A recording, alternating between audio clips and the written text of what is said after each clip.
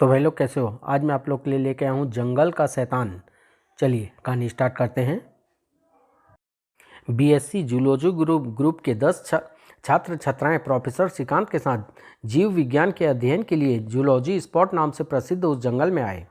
Zoology spot से विभिन्न छोटे जानवरों को एकत्रित करके उन पर रिसर्च कॉलेज की विज्ञान प्रयोगशाला में किया जाता था। आज यह कार्य प्रोफेसर श्रीकांत के नेतृत्व में आरंभ किया जाना था।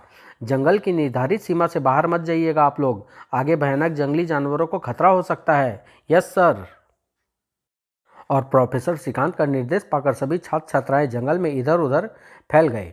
ठीक 3 घंटे पश्चात वापसी के लिए सब अपनी बस के निकट इकट्ठे हुए। आज का दिन मेरे लिए बहुत लक्की रहा सर। ये देखिए, मैं शाही का बच्चा पकड़ने में कामयाब रही हूँ। वेरी गुड, वाह सोनिया, तुमने तो कमाल कर दिया। चलिए अब आप सब लोग बस में बैठिए। अरे मगर यह क्या, न नितिन कहाँ है? वह अभी तक क्यों नहीं लौटा, जबकि मेरा दिया गया समय समाप्त हुए भी 15 मिनट बीत चुके हैं। अरे हाँ, नितिन सचमुच नहीं है। कहीं वह जंगल में आगे तो नहीं निकल गया?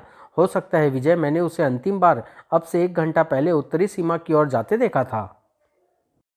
उफ, कहीं वह मूर्ख सीमा पार कर और आगे ना निकल गया हो। आगे जंगल भयानक है। अब क्या होगा सर? कहीं उसको कुछ हो गया तो? सटअप विनोद, कम से कम इस समय ऐसे शब्द मत बोलो। लेकिन अब क्या किया जाए, शाम गुजरती जा रही है। हमें फिर से जंगल में जाकर उसे खोजना चाहिए, विशेषकर उत्तरी सीमा की ओर। क्यों सर? मेरे साथ आओ विजय, विनोद और तुम पीटर। बाकी सब यहीं हमारे लौटे का इंतजार करो। और अगर इस बीच नितिन लौट आए तो तुम 3 बार बस का हॉर्न बजाओगे। ड्राइवर जी साहब, कहीं नितिन किसी मुसीबत में न फंस गया हो। मेरा तो दिल घबरा रहा है। घबराओ नहीं, उनके लौटने का इंतजार करो। सर, सोनिया ने इसी ओर जाते देखा था नितिन को। हमें कुछ और आगे जाना होगा। घबराओ नहीं, किसी भी संकट के लिए मेरे पास यह रिवॉल्वर है। नितिन, कहाँ हो तुम? नितिन, नितिन। अचानक पीटर भय से चीख पड़ा, सर सर, सांप! धाएं! जैसे जैसे हम जंगल में आगे बढ़ते जाएंगे, खतरा भी वैसे वैसे बढ़ता जाएगा। तो क्या नितिन को ढूंढे बिना ही लौट जाएं? नहीं सर, यह नितिन के साथ अन्याय होगा। इधर आइए सर, यह देखिए, ताजे खून के निशान। खून, खून, खून आगे तक रोड़ी हुई झाड़ियों में भी लगी है सर। और वह क्या है?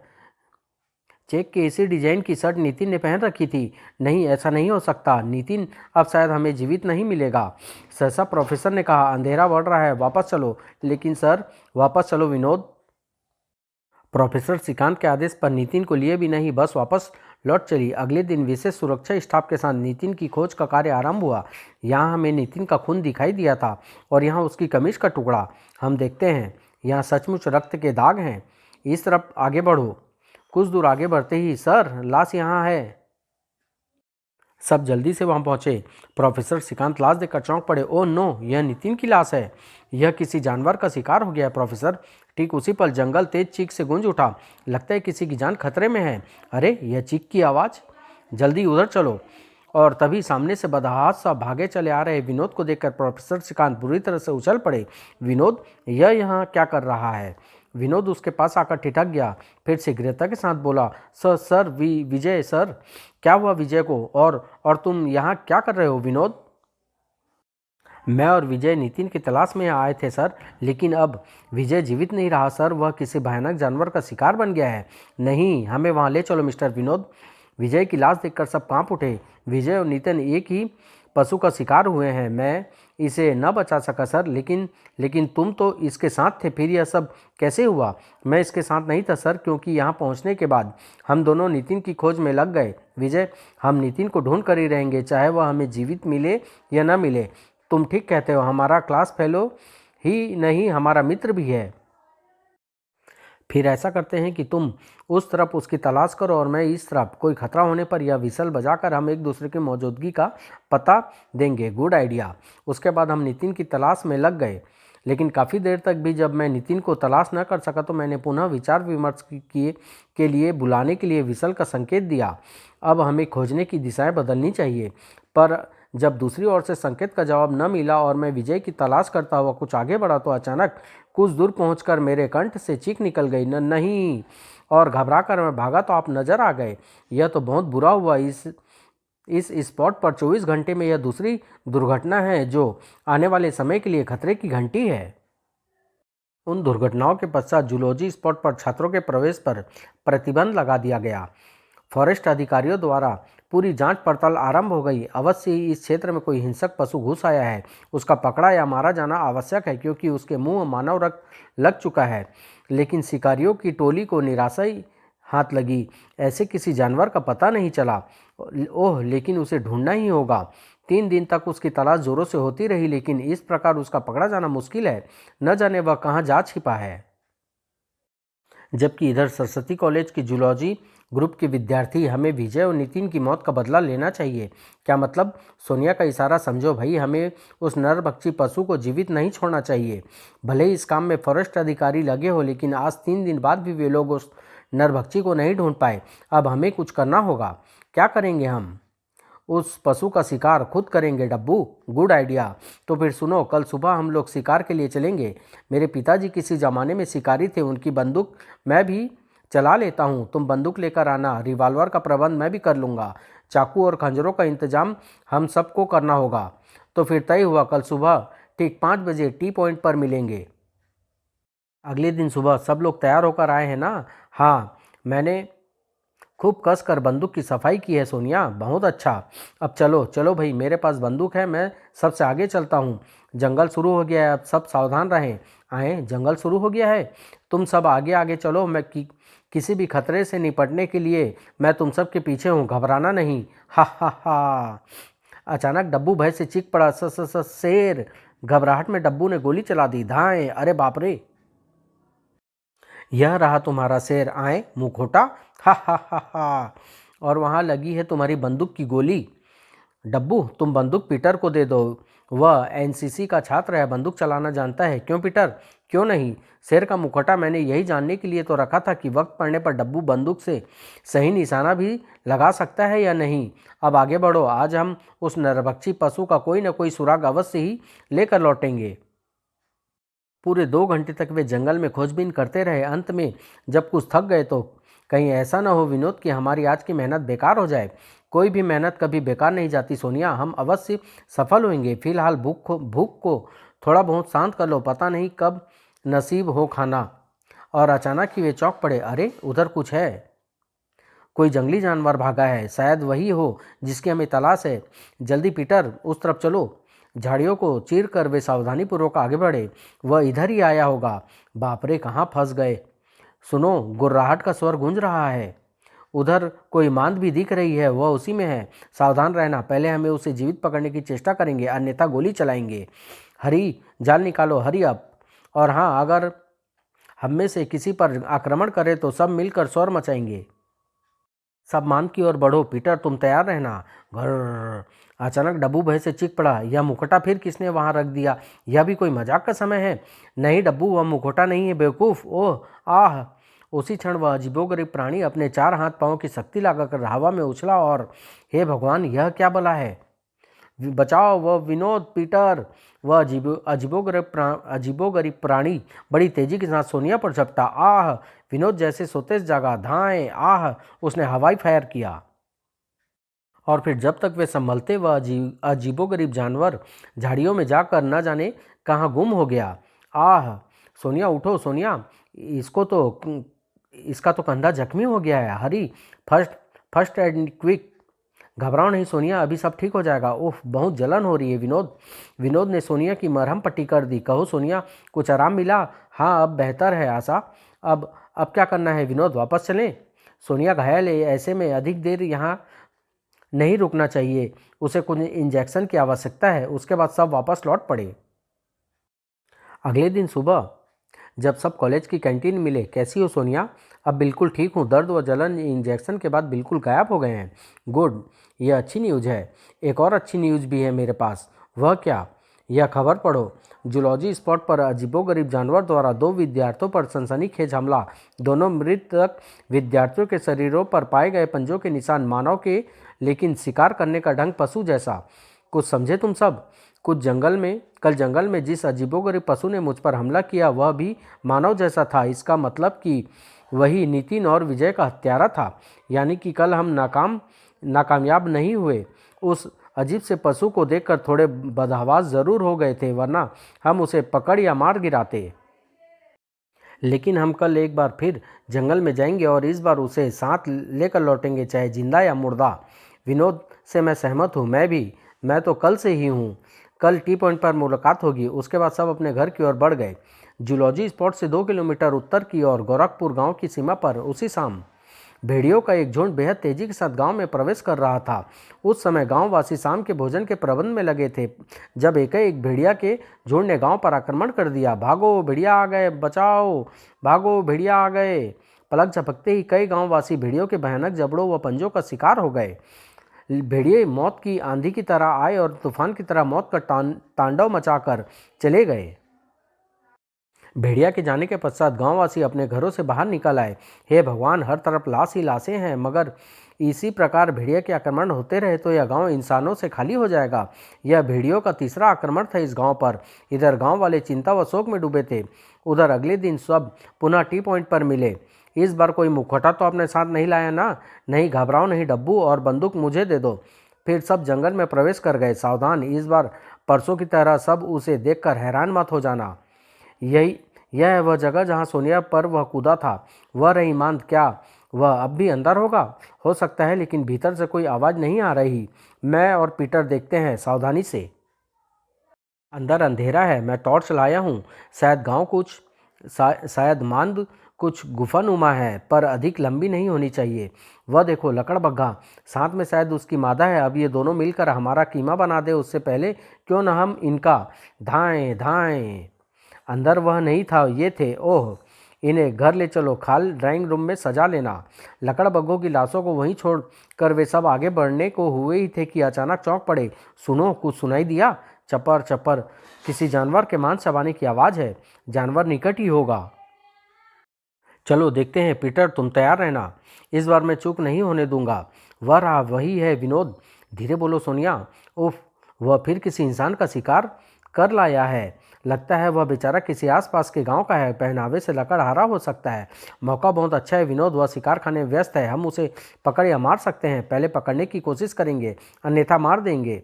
मैं, हरी और डब्बू जाल फेंककर उसके निकट जाएंगे। सुरेश, तुम पीटर की विपरीत दिशा में यह रिवॉल्वर लेकर तैयार रहना। अगर वह जाल की रेंज से बच निकले तो बेहिचक उसे शूट कर देना। और हम तीनों क्या करेंगी? हाथों में पत्थर उठाकर उस दिशा को घेर रखोगी जिधर वह भाग सकता है। अगर वह तुम्हारी तरफ बढ़ने की चेष्टा करे तो पत्थरों व शोर से तुम लोग उसे इधर उधर जाने को मजबूर करोगी जिधर पीटर और सुरेश होंगे। योजना अनुसार कार्य आरंभ हो गया। सावधान, हल्की सी भी आहट न हो। जाल में वही फंसना चाहिए, कहीं हम में से कोई एक न फंस जाए। उफ, जाल पूरी तरह उस पर नहीं पड़ा। वह सोनिया, बेबी और आशा की ओर भागा जा रहा है। तीनों ने उस पर पत्थरों की वर्षा कर दी। हुस हुस, हे हट, फायर सुरेश, फायर। धाएं धाएं, क्लिक। वह फिर भाग गया है। उफ सुरेश, क्या हुआ था तुम्हें? गोली क्यों नहीं चलाई तुमने? तुम्हारी रिवॉल्वर ऐन वक्त पर धोखा दे गई। यह देखो, मेरी 2 गोलियां में से एक उसके पाँव में लगी है। यहाँ खून है विनोद, खून। आगे तक जा रहे हैं। Very good. इस रक्त के सहारे देखें हम कहाँ तक पहुँच सकते हैं। इस अवस्था में वह अधिक दूर नहीं जा पाएगा। हरी, डब्बू, सुरेश, जाल लेकर तैयार रहो।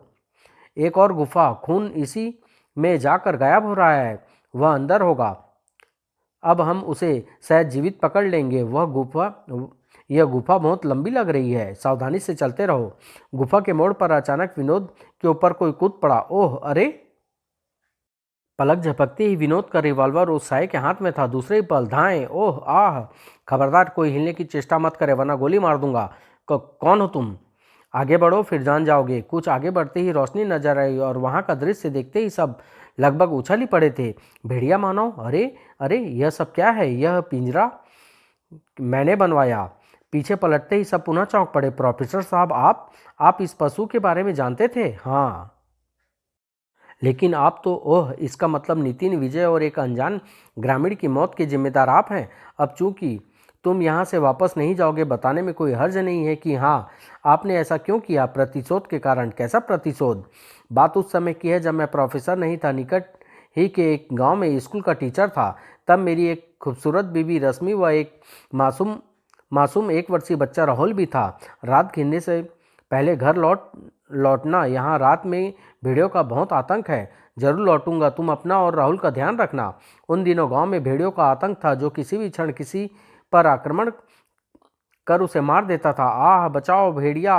भेड़िया से छुटकारा पाने के लिए एक शिकारी दल वहां बुलाया गया। आप लोग घबराइए नहीं, हम लोग आपको अवश्य भेड़ियों के आतंक से मुक्त कराएंगे। जंगल में रास्ता दिखाने के लिए मैं भी आपके साथ रहूंगा सर। आप लोगों का ही सहारा है साहब। और फिर शिकारियों ने जंगल में अपना जाल फैलाना आरंभ किया। भेड़ियों को देखते ही शूट कर देना। हाँ, पर दिखाई तो दे। वह रहा। Oh yes! दोनों शिकारियों ने तुरंत एक साथ फायर कर दिए। धाएं धाएं! वो मारा। बस साहब, इसी तरह चुन चुन कर इस आदमखोर भेड़ियों को मार डालिए, तभी यह गांव सुरक्षित रह पाएगा। फिक्र मत करो, ऐसा ही होगा। तभी महावत चीख पड़ा, साहब, दो भेड़िया और! ओह! भेड़िया के साथ उनका बच्चा भी है। गोली गोली चलाइए साहब! शिकारी तुरंत हरकत में आए। गोली चली। धाएं! निशाना चूका, लेकिन पूरी तरह नहीं। भेड़िए का बच्चा गोली लगने से वहीं ढेर हो गया। यह खामखा मारा गया। हमारा निशाना वे दोनों भेड़िए थे। उनमें एक मादा भेड़िया भी थी। फिर दो दो एक भेड़िए को और मारने के पश्चात अंधेरा होने के कारण हम लौट आए। कई दिनों तक शिकारी जंगलों की खाक छानते रहे। इसी बीच उन्होंने दर्जनों भेड़ियों को अपने बंदूकों को निशाना बनाया। धाएं! तब एक दिन गांव में सुख चैन छा गया। लगता है सभी आदमखोर भेड़िए मारे जा चुके हैं। अब हमारा यहाँ रुकना बेकार है। शिकारी चले गए। लेकिन उस समय जब मैं घर लौटा तो मुझे एक भयानक दृश्य देखने को मिला। हे भगवान बचाओ! आह रश्मि, मैं आ रहा हूँ। रश्मि रश्मि बुरी तरह घायल हुई भेड़ियों में घिरी हुई थी। बचाओ! आह! मैं क्रोध व भय से पागल हो उठा और कुछ मुझे कुछ और न सूझा तो मैंने साइकिल को ही उठाकर भेड़िया पर फेंक मारा। धड़ाक! और फिर निकट ही रखा एक बांस उठाकर मैं भेड़िए पर टूट पड़ा। धड़ाक! गर! कुछ ही देर में भेड़िए वहां से भाग गए। आह! और मैं दम तोड़ रही अपनी पत्नी के निकट पहुंचा। ओह रश्मि, यह सब क्या हो गया? रश्मि, तुमने मदद के लिए किसी को पुकारा क्यों नहीं? मैं बहुत रोई चिल्लाई थी स्वामी, लेकिन जान किसे प्यारी नहीं होती। कोई नहीं आया। भेड़िया हमारे राहुल को उठाकर ले गया स्वामी। आह! स्वामी, मैं जा रही हूँ। अलविदा। आह! नहीं रश्मि, नहीं! और उसकी गर्दन एक और लुढ़क गई। उस घटना के बाद मुझे गांव वालों से बल्कि संपूर्ण मानव जाति से नफरत हो गई। धीरे धीरे कई वर्ष गुजर गए और अचानक मुझे बदला लेने का मौका मिल गया। एक दिन जंगल से गुजरते हुए, ओह, इस पंचर को भी अभी होना था। अरे यह कैसा जानवर है? मैंने उसे गौर से देखा तो और भी चौंक पड़ा। अरे यह तो जानवर नहीं, इंसान का बच्चा है, भेड़िए जैसा। तब किसी आहट से उसकी नींद खुल गई और वह निकट ही एक मान में घुस गया। उफ, कहीं यह मेरा राहुल तो नहीं जिसे भेड़िया उठाकर ले गए थे? यह सोचकर मेरे दिमाग में आंधियां सी चलने लगी। अगले दिन मैं फिर वहां पहुंचा तो उसी मान से मैंने उसे निकलते देखा। यह कोई और नहीं, मेरा राहुल ही हो सकता है, लेकिन इसका यह रूप। मैंने कुछ किताबों में ऐसे भेड़िया मानव के बारे में पढ़ा हुआ था। कभी कभी ममता की मारी मादा जानवर अपने बच्चों की मृत्यु के बाद इंसान के बच्चों को पाल सकती है, बशर्ते उसे उन्हीं क्षणों में कोई इंसानी बच्चा मिल जाए। मैंने अपनी आंखों से उस भेड़िया दंपत्ति के बच्चे को शिकारियों के हाथों मरते हुए देखा था और कुछ दिनों बाद ही भेड़िया मेरे राहुल को उठाकर ले गए थे। यह जानकर मैं प्रसन्नता से भर उठा और तब मैंने उसे पकड़ने का निश्चय किया। वह क्लोरोफॉर्म इत्यादि पूरी तैयारी के साथ मान में जा छिपा और भेड़िया बन चुके राहुल के लौटने का इंतजार करने लगा। उसके आते ही मैं उस पर टूट पड़ा और यह क्लोरोफॉर्म उसे सूंघाकर फिर उसके गुफा में घुसते ही उस पर टूट पड़ा। शीघ्र ही मैंने उसे बेहोश करके वहीं बांध दिया। अगर मैं इसका मानवीकरण करने में सफल हो गया तो फिर मैंने उसे मानवीकरण के लिए आवश्यक कदम उठाने शुरू किए। तुम मानव हो, मेरे बच्चे हो, मुझे समझने की चेष्टा करो राहुल। मुझे पहचानो, अपने आप को पहचानो। तुम मानव हो, मेरी जाति के हो। मेरी मेहनत कई महीनों बाद रंग लाई। वह मेरी भाषा समझने लगा, लेकिन उसे बोलना मैं नहीं सिखा सका। फिर मैंने योजना बनाई कि क्यों न इसे मैं नर भक्षण की ट्रेनिंग दूं। मैं इसे अपनी भाषा में समझाता और यह भेड़ियों को अपनी भाषा में। इस प्रकार मैंने भेड़ियों से गांव पर हमले करवाकर रश्मि की मौत का बदला लिया और अब मेरे आदेश पर एक एक करके यह तुम सबको भी फाड़ खाएगा। फिर मैं अपना कार्य स्वतंत्र रूप से पहले के ही समान करता रहूँगा। हा हा हा! तुम इस जलील मकसद में कभी सफल नहीं हो सकते प्रोफेसर। हा हा हा! देखना चाहते हो कि कैसे ये भेड़िया मानव राहुल मेरा आदेश चुटकियों में पूरा करता है? लेकिन अगर किसी ने भागने की चेष्टा की तो उसे मैं फौरन शूट कर दूंगा। भयानक ढंग से ठहाका लगा रहे प्रोफेसर ने पिंजरा खोलना चाहा, लेकिन ठीक उसी पल पीटर ने अपने निकट पड़े पत्थर को जूते की ठोकर से प्रोफेसर की ओर उछाल फेंका। तुम पिंजरा नहीं खोलोगे कुत्ते! तड़ाक! आह कमीने! ओफ! धाएं! आह! गोली पीटर के कंधे में घुस गई, लेकिन तब भी उसने प्रोफेसर को पूरी शक्ति से उठाकर एक तरफ उछाल दिया। हरामजादे, मानवता के दुश्मन, तुझे जीवित रहने का कोई अधिकार नहीं है। धड़ाक, आह, उफ, पीटर, मारो साले को, भेड़ की खाल में भेड़िया है यह तो। तत्पश्चात आनन फानन में ही उसे जाल में लपेट लिया गया। चलो, पकड़ा तो इस जाल में हमने एक भेड़िया ही है, पीटर, पीटर। और फिर प्रोफेसर को पुलिस ने गिरफ्तार कर लिया, जबकि पीटर को तुरंत अस्पताल पहुंचाया गया।